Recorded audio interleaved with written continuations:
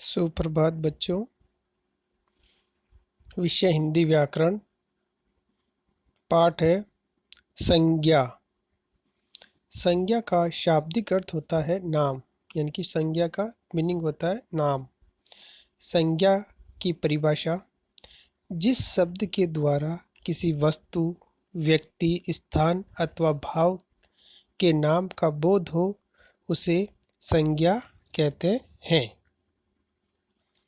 संज्ञा के 3 भेद होते हैं। जैसा कि आप सभी जानते हैं, संख्या के 3 भेद होते हैं, ठीक है ना।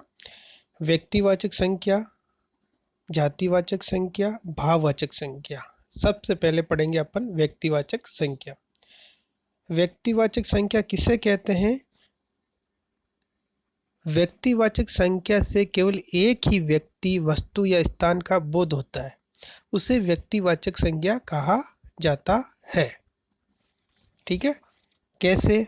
देखिएगा, जैसे व्यक्तियों के नाम, एक ही व्यक्ति का बोध होगा। राम है तो एक ही है, मोहन एक ही है, सोहन एक ही है, यानी कि उसी के बारे में कह रहे हैं जो राम, मोहन, सोहन, भानुज आदि है।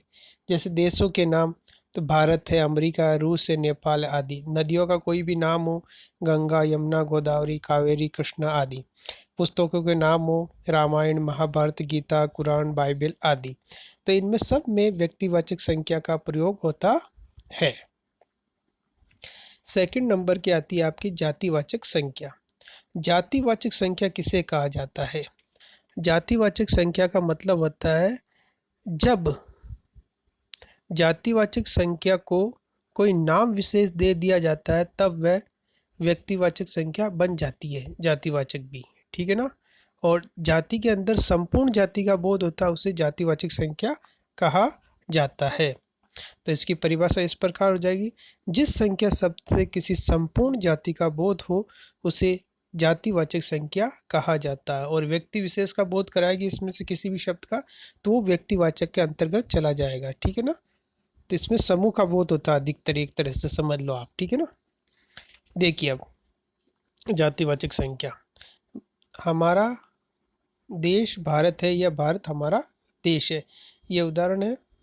तो यहाँ भारत जो है व्यक्तिवाचक संख्या है और देश जातिवाचक संख्या है, क्योंकि समस्त देशों का एक ही साथ ज्ञान होता है देश शब्द कहने से, अर्थात देश शब्द से एक वर्ग का बोध हो रहा है, अतः यह जातिवाचक संख्या है। और भारत पर्टिकुलर किसी का नाम है, जगह का, इसलिए भारत शब्द में व्यक्तिवाचक संख्या हो जाती है। तो इसी प्रकार अन्य उदाहरण भी है इसमें। मनुष्य का नाम आ सकता है, मनुष्य कहने से कौन सा मनुष्य? लड़का, औरत, पिता, माता, कुछ भी। पक्षी या पशु कहने से शेर, हाथी, कोयल, मोर आदि।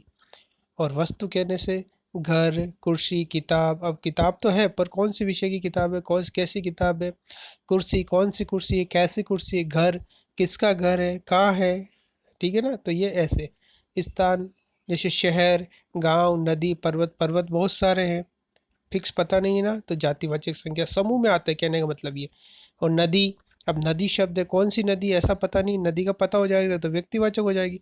नदी कह देने से आपको जातिवाचक का बोध होना। गांव, कौन सा गांव है पता नहीं है, तो जातिवाचक। शहर, कौन सी सिटी है, कौन सा शहर है पता नहीं, तो जातिवाचक संख्या है। इस प्रकार से ये जातिवाचक संख्या आपके समाप्त होती है। आगे देखिए नंबर 3 गए। पर कुछ विद्वान, इससे पहले 3 नंबर पढ़ने से पहले, कुछ विद्वान जातिवाचक संख्या के उपभेद भी मानते हैं: द्रव्यवाचक संख्या और समूहवाचक संख्या।